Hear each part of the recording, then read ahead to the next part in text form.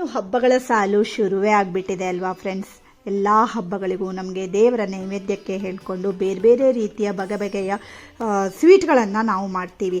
ಅದರಲ್ಲೂ ರಕ್ಷಾಬಂಧನ ಅಂತೂ ತುಂಬ ವಿಶೇಷವಾಗಿರುವಂತಹ ಒಂದು ಹಬ್ಬ.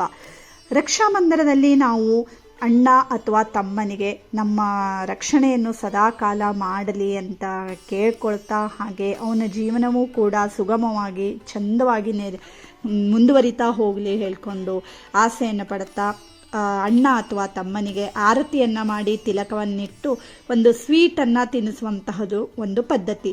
ಸೊ ಅಣ್ಣ ಅಥವಾ ತಮ್ಮನಿಗೆ ನೀವು ಸ್ವೀಟನ್ನು ತಿನ್ನಿಸೋದಕ್ಕೆ ಈ ರೀತಿಯಾದ ಪರ್ಫೆಕ್ಟ್ ಆಗಿರುವಂಥ ಒಂದು ಬೇಸನ್ ಲಡ್ಡು ರೆಸಿಪಿನ ನಾನು ನಿಮ್ಗೆ ಇವತ್ತು ತೋರಿಸ್ಕೊಡ್ತಾ ಇದ್ದೀನಿ. ಯಾರು ಎಲ್ಲೂ ಮಿಸ್ ಮಾಡ್ಕೊಳ್ಳದೆ ಎಂಡ್ವರೆಗೂ ನೀವು ನೋಡಿಕೊಂಡ್ರೆ ಪರ್ಫೆಕ್ಟ್ ಆಗಿರುವಂಥ ಬೇಸನ್ ಲಡ್ಡುನ ನೀವು ಮಾಡಿ ನಿಮ್ಮ ಅಣ್ಣ ಅಥವಾ ತಮ್ಮನಿಗೆ ರಾಖಿ ಕಟ್ಟಿ ಈ ಲಡ್ಡುವನ್ನು ತಿನ್ನಿಸ್ಬೋದು. ಹಾಗಾದರೆ ಹೇಗೆ ಮಾಡೋದು ಅಂತ ನೋಡ್ಕೊಳ್ತಾ ಹೋಗೋಣ. ಹಲೋ ಎವ್ರಿವಾನ್, ನಾನು ಸುಷ್ಮಾ. ವೆಜ್ ವಂಡರ್ಸ್ ಚಾನಲ್ಗೆ ಸ್ವಾಗತ, ಸುಸ್ವಾಗತ. ಫ್ರೆಂಡ್ಸ್, ಇವತ್ತು ನಾನು ಆದಷ್ಟು ಎಲ್ಲ ಪಾತ್ರೆಗಳನ್ನು ಹಿತ್ತಾಳೆ ಪಾತ್ರೆಗಳನ್ನು ಯೂಸ್ ಮಾಡ್ತಾ ಇದ್ದೀನಿ. ಯಾಕೆಂದರೆ ಹಬ್ಬಕ್ಕೋಸ್ಕರ ಮಾಡೋದು ಅಂದ್ಬಿಟ್ಟು ಸ್ಟವ್ ಆನ್ ಮಾಡಿಬಿಟ್ಟು ಒಂದು ಪಾತ್ರೆನ ಇಟ್ಕೊಂಡಿದ್ದೀನಿ. ಅದಕ್ಕೆ ಫುಲ್ 1 ಸ್ಪೂನ್ ಆಗುವಷ್ಟು ತುಪ್ಪನ ಹಾಕ್ಕೊಳ್ತಾ ಇದ್ದೀನಿ. ಹಾಗೆ ಅದಕ್ಕೆ 1/4 ಕಪ್ಪು ಅಥವಾ ಅರ್ಧ ಕಪ್ನಷ್ಟು ನೀವು ಗೋಡಂಬಿನ ಚಿಕ್ಕ ಚಿಕ್ಕದಾಗಿ ಕಟ್ ಮಾಡಿಕೊಂಡು ಹಾಕ್ಕೊಳ್ಳಿ. ಆಮೇಲೆ ಇದನ್ನು ಒಂದು ಸ್ವಲ್ಪ ನೋಡಿ ಗೋಲ್ಡನ್ ಬ್ರೌನ್ ಆಗೋ ತನಕ ಫ್ರೈ ಮಾಡಿ ತೆಗೆದಿಟ್ಕೊಳ್ಳೋಣ. ಹಿಂದಿನ ಕಾಲದಲ್ಲಿ ನೋಡಿ ಎಲ್ಲನೂ ಹಿತ್ತಾಳೆ ಪಾತ್ರೆಗಳಲ್ಲೇ ಮಾಡ್ತಾಯಿದ್ರು ಅಲ್ವಾ. ಸೊ ಹಬ್ಬಕ್ಕೋಸ್ಕರ ಮಾಡೋದು ಸಾಂಪ್ರದಾಯಿಕವಾಗಿರಲಿ ಅಂತ ಅಂದ್ಬಿಟ್ಟು ನಾನಿವತ್ತು ಸ್ವಲ್ಪ ಸ್ಪೆಷಲ್ ಆಗಿರುತ್ತೆ ಅಂದ್ಬಿಟ್ಟು ಈ ರೀತಿ ಮಾಡ್ತಾ ಇದ್ದೀನಿ.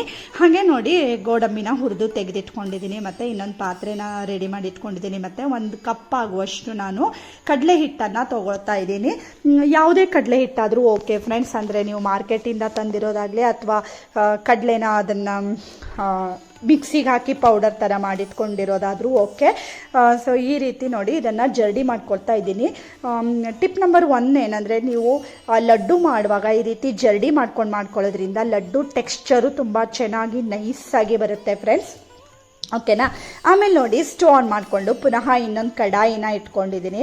ಇದಕ್ಕೆ ಈಗ ನಾನು ಸೋಸ್ಕೊಂಡಿರೋ ಅಂತಹ ಇದನ್ನು ಕಡಲೆ ಹಿಟ್ಟನ್ನು ಹಾಕ್ಕೊಳ್ತಾ ಇದ್ದೀನಿ. ಓಕೆನಾ. ಆಮೇಲೆ ಸಿಮ್ಮಲ್ಲಿ ಇಟ್ಕೊಂಡ್ಬಿಡಿ ಇವಾಗ. ಆಮೇಲೆ ಚೆನ್ನಾಗಿ ಇದನ್ನು ಒಂದು 5 ನಿಮಿಷ ನಾನು ಹಾಗೇ ಫ್ರೈ ಮಾಡ್ಕೊಳ್ತಾ ಇದ್ದೀನಿ. ಆಮೇಲೆ ಏನೇನೆಲ್ಲ ಮಾಡಬೇಕು ಅಂತ ಹೇಳ್ತಾ ಹೋಗ್ತೀನಿ. ಹಾಗೆ ನಾನು ಈಗಾಗಲೇ ವರಮಹಾಲಕ್ಷ್ಮಿ ಹಬ್ಬಕ್ಕೆ ಮತ್ತು ನಾಗರ ಪಂಚಮಿ ಹಬ್ಬಕ್ಕೆ ಎಲ್ಲ ನಾನು ಒಂದು ಬೆಸ್ಟ್ ರೆಸಿಪಿಗಳನ್ನು ಪೋಸ್ಟ್ ಮಾಡಿದ್ದೀನಿ ಫ್ರೆಂಡ್ಸ್. ಸೊ ಇದನ್ನು ಈಗ ರಕ್ಷಾಬಂಧನಕ್ಕೋಸ್ಕರ ನಿಮಗೆ ತೋರಿಸ್ಕೊಡ್ತಾ ಇದ್ದೀನಿ. ಸೊ ಹಬ್ಬಗಳಲ್ಲಿ ನಮಗೆ ತುಂಬ ಜಾಸ್ತಿ ಬೇಕಾಗತ್ತೆ ಎಲ್ಲ ರೆಸಿಪಿಗಳು ಅಲ್ವಾ. ನೈವೇದ್ಯಕ್ಕೆ ತಕ್ಕವಾಗಿರುವಂತಹ ರೆಸಿಪಿಗಳು ಬೇಕಾಗ್ತವೆ. ಹಾಗೆ ಈಗ ನೋಡಿ ನಾನು ಅರ್ಧ ಕಪ್ ಆಗುವಷ್ಟು ತುಪ್ಪನ ತೊಗೊಂಡಿದ್ದೀನಿ ಫ್ರೆಂಡ್ಸ್. ತುಪ್ಪ ಕೂಡ ನಾನು ಮನೆಯಲ್ಲೇ ರೆಡಿ ಮಾಡ್ಕೊಂಡಿದ್ದೀನಿ. ಯಾಕೆಂದರೆ ಇನ್ನೇನು ಹಬ್ಬ ಬಂತಲ್ವಾ. ಸೊ ಹಬ್ಬದಲ್ಲಿ ನಮಗೆ ಎಲ್ಲದಕ್ಕೂ ತುಪ್ಪ ಬೇಕಾಗತ್ತೆ ಅಂದ್ಬಿಟ್ಟು. ಸೊ 1 ಕಪ್ಪು ಕಡಲೆ ಹಿಟ್ಟು ಮತ್ತು ಅರ್ಧ ಕಪ್ ಆಗುವಷ್ಟು ತುಪ್ಪನ ತೊಗೊಂಡಿದ್ದೀನಿ. ಇದನ್ನು ಚೆನ್ನಾಗಿ ಘಮ ಪರಿಮಳ ಬರುತ್ತೆ ಅಲ್ವಾ, ಅಲ್ಲಿವರೆಗೆ ಫ್ರೈ ಮಾಡ್ಕೊಳ್ಬೇಕು. ಮತ್ತು ಅದರಿಂದ ತುಪ್ಪ ಎಲ್ಲ ಒಂದು ಸ್ವಲ್ಪ ಹೊರಗಡೆ ಬರುತ್ತೆ. ಸೊ ಅಷ್ಟರವರೆಗೆ ಇದನ್ನು ಫ್ರೈ ಮಾಡಿಕೊಂಡು ಇದನ್ನು ತೆಗೆದಿಟ್ಕೊಳ್ತಾ ಇದ್ದೀನಿ. ಒಂದು ಸ್ವಲ್ಪ ತಣ್ಣಗಾಗೋದಕ್ಕೆ ಇಟ್ಕೊಳ್ಳಿ. ತುಂಬ ಫುಲ್ ತಣ್ಣಗಾಗೋದು ಅಂತ ಅಲ್ಲ ಫ್ರೆಂಡ್ಸ್, ಜಸ್ಟ್ ಅದು ವಾರ್ಮ್ ಆಗಿ ಇರೋ ಅಷ್ಟೊತ್ತಿಗೆ ನಾವು ಅದನ್ನು ರೆಡಿ ಮಾಡ್ಕೊಳ್ಬೇಕು.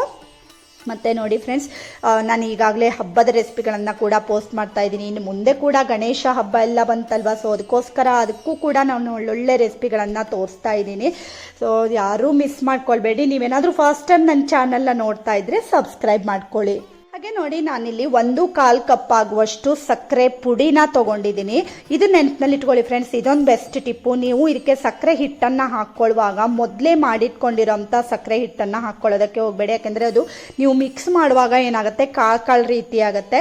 ಹಾಗೆ ನೋಡಿ ಇದಕ್ಕೆ 1 ಚಮಚ ಆಗುವಷ್ಟು ನಾನು ಏಲಕ್ಕಿ ಪುಡಿನ ಹಾಕ್ಕೊಳ್ತಾ ಇದ್ದೀನಿ. ಸಕ್ಕರೆನ ನೀವು ಆದಷ್ಟು ಫ್ರೆಶ್ ಆಗಿ ಮಿಕ್ಸರ್ಗೆ ಹಾಕಿ ರೆಡಿ ಮಾಡಿಕೊಂಡ್ರೆ ಅದೇ ಬೆಸ್ಟು. ಯಾಕೆಂದರೆ ಫುಲ್ ಪೌಡರ್ ಥರ ಆಗಿ ಬಂದಿರುತ್ತೆ ಆ ರೀತಿ ಮಾಡಿಕೊಂಡ್ರೆ. ಹಾಗೆ ನೋಡಿ ಗೋಡಂಬಿನ ನಾನು ಈಗಲೇ ಹಾಕ್ಕೊಳ್ತಾ ಇದ್ದೀನಿ. ನೀವು ಬೇಕು ಅಂದರೆ ಲಡ್ಡು ಕಟ್ಟುವಾಗ ಕೂಡ ಹಾಕ್ಕೊಳ್ಬೋದು.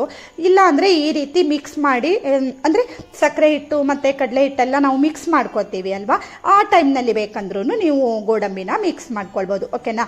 ಈಗ ನೋಡಿ ಚೆನ್ನಾಗಿ ಇದನ್ನು ಮಿಕ್ಸ್ ಮಾಡ್ಕೊಳ್ಬೇಕು. ಸಕ್ಕರೆ ಹಿಟ್ಟು ಮತ್ತು ಕಡಲೆ ಹಿಟ್ಟು, ತುಪ್ಪ ಮತ್ತು ಗೋಡಂಬಿ, ಏಲಕ್ಕಿ ಪುಡಿ ಎಲ್ಲ ಮಿಕ್ಸ್ ಮಾಡಿಕೊಂಡು ಈ ರೀತಿ ರೆಡಿ ಮಾಡ್ಕೊಳ್ಳಿ. ಈಗ ನೋಡಿ ಇದನ್ನು ನಾನು ಲಡ್ಡು ಥರ ಕಟ್ತಾ ಇದ್ದೀನಿ. ನಿಮಗೆ ಯಾವ ಸೈಜಲ್ಲಿ ಲಡ್ಡು ಬೇಕಲ್ವ ಆ ಸೈಜಲ್ಲೇ ಲಡ್ಡುನ ಕಟ್ಕೊಳ್ಬೋದು. ಮತ್ತು ಈಗಾಗಲೇ ನಾನು ಇನ್ನೂ ಹಲವಾರು ರೀತಿ ಲಡ್ಡುಗಳನ್ನು ಕೂಡ ನನ್ನ ಚಾನಲ್ನಲ್ಲಿ ಪೋಸ್ಟ್ ಮಾಡಿದ್ದೀನಿ ಫ್ರೆಂಡ್ಸ್. ತುಂಬ ಸುಲಭವಾಗಿ ರವೆ ಉಂಡೆನ ಹೇಗೆ ಮಾಡಬೇಕು, ಅದರಲ್ಲೂ ಏನಾದರೂ ನಿಮಗೆ ಪಾಕ ಮಾಡಿ ಮಾಡುವಾಗ ಹದ ತಪ್ಪೋದ್ರೆ ಏನು ಮಾಡಬೇಕು ಅಂತ ಕೂಡ ಆ ರವೆ ಉಂಡೆ ವಿಡಿಯೋದಲ್ಲಿ ನಾನು ನಿಮಗೆ ತೋರಿಸ್ಕೊಟ್ಟಿದ್ದೀನಿ. ಈ ರೀತಿ ನೋಡಿ ನಾನು ಒಂದು ಸ್ವಲ್ಪ ಅಂದರೆ ಮೆಲನ್ ಸೀಡ್ಸ್ ಮತ್ತು ಒಣ ದ್ರಾಕ್ಷಿನ ಹಾಕಿಬಿಟ್ಟು ಉಂಡೆನ ಮಾಡ್ಕೊಂಡಿದ್ದೀನಿ. ನೋಡೋದಕ್ಕೆ ಚೆನ್ನಾಗಿ ಕಾಣುತ್ತೆ ಅಲ್ವಾ? ಹಬ್ಬಕ್ಕೋಸ್ಕರ ಮಾಡ್ತಾ ಇರೋದು, ಅಣ್ಣನಿಗೆ ಅಥವಾ ತಮ್ಮನಿಗೋ ತಿನ್ನಿಸುವಂತಹ ಒಂದು ರೆಸಿಪಿ ಇದು. ಸೊ ನಾವು ಅಂದರೆ ರಾಖಿನ ಕಟ್ಬಿಟ್ಟು ಇದನ್ನು ಕೊಡೋದಕ್ಕೆ ಕೂಡ ತುಂಬ ಚೆನ್ನಾಗಿರುತ್ತೆ ಅಲ್ವಾ? ಸೊ ಅದಕ್ಕೋಸ್ಕರ ಈ ರೀತಿ ಚೆನ್ನಾಗಿ ಈ ರೀತಿ ಬೇಸನ್ ಲಡ್ಡುನ ರೆಡಿ ಮಾಡ್ಕೊಂಡಿದ್ದೀನಿ ಫ್ರೆಂಡ್ಸ್. ಎಷ್ಟು ಚೆನ್ನಾಗಿ ಕಾಣಿಸ್ತಾ ಇದೆ ಅಲ್ವಾ? ತುಂಬ ಟೇಸ್ಟಿಯಾಗಿ ಬರುತ್ತೆ ಫ್ರೆಂಡ್ಸ್ ಇದು. ಮತ್ತು ಇನ್ನೊಂದು ಟಿಪ್ ಏನಂದರೆ, ನೀವು ಕಡಲೆ ಹಿಟ್ಟನ್ನು ಚೆನ್ನಾಗಿ ಹುರ್ಕೊಳ್ಬೇಕಾಗತ್ತೆ. ನೀವು ಕಡಿಮೆ ಹುರ್ಕೊಂಡಿದ್ರಿ ಅಂತ ಆದರೆ ಅದು ಏನಾಗುತ್ತೆ, ನೀವು ತಿನ್ನುವಾಗ ಒಂದು ಸ್ವಲ್ಪ ಹಸಿ ಸ್ಮೆಲ್ ಬರುತ್ತೆ. ಸೊ ಘಮ ಪರಿಮಳ ಬರೋ ತನಕನೂ ನೀವು ಕಡಲೆ ಹಿಟ್ಟನ್ನು ಹುರ್ಕೊಂಡು ಈ ಲಡ್ಡುನ ರೆಡಿ ಮಾಡ್ಕೊಳ್ಳಿ ಫ್ರೆಂಡ್ಸ್. ಹಾಗೆ ಇವತ್ತಿನ ವಿಡಿಯೋ ಇಷ್ಟ ಆದರೆ ಲೈಕ್ ಮಾಡಿ, ಶೇರ್ ಮಾಡಿ ಮತ್ತು ಸಬ್ಸ್ಕ್ರೈಬ್ ಮಾಡಿ. ಇನ್ನೊಂದು ಒಳ್ಳೆ ವಿಡಿಯೋ ಜೊತೆ ಬರ್ತೀನಿ. ಅಲ್ಲಿವರೆಗೂ take care. Thank you for watching.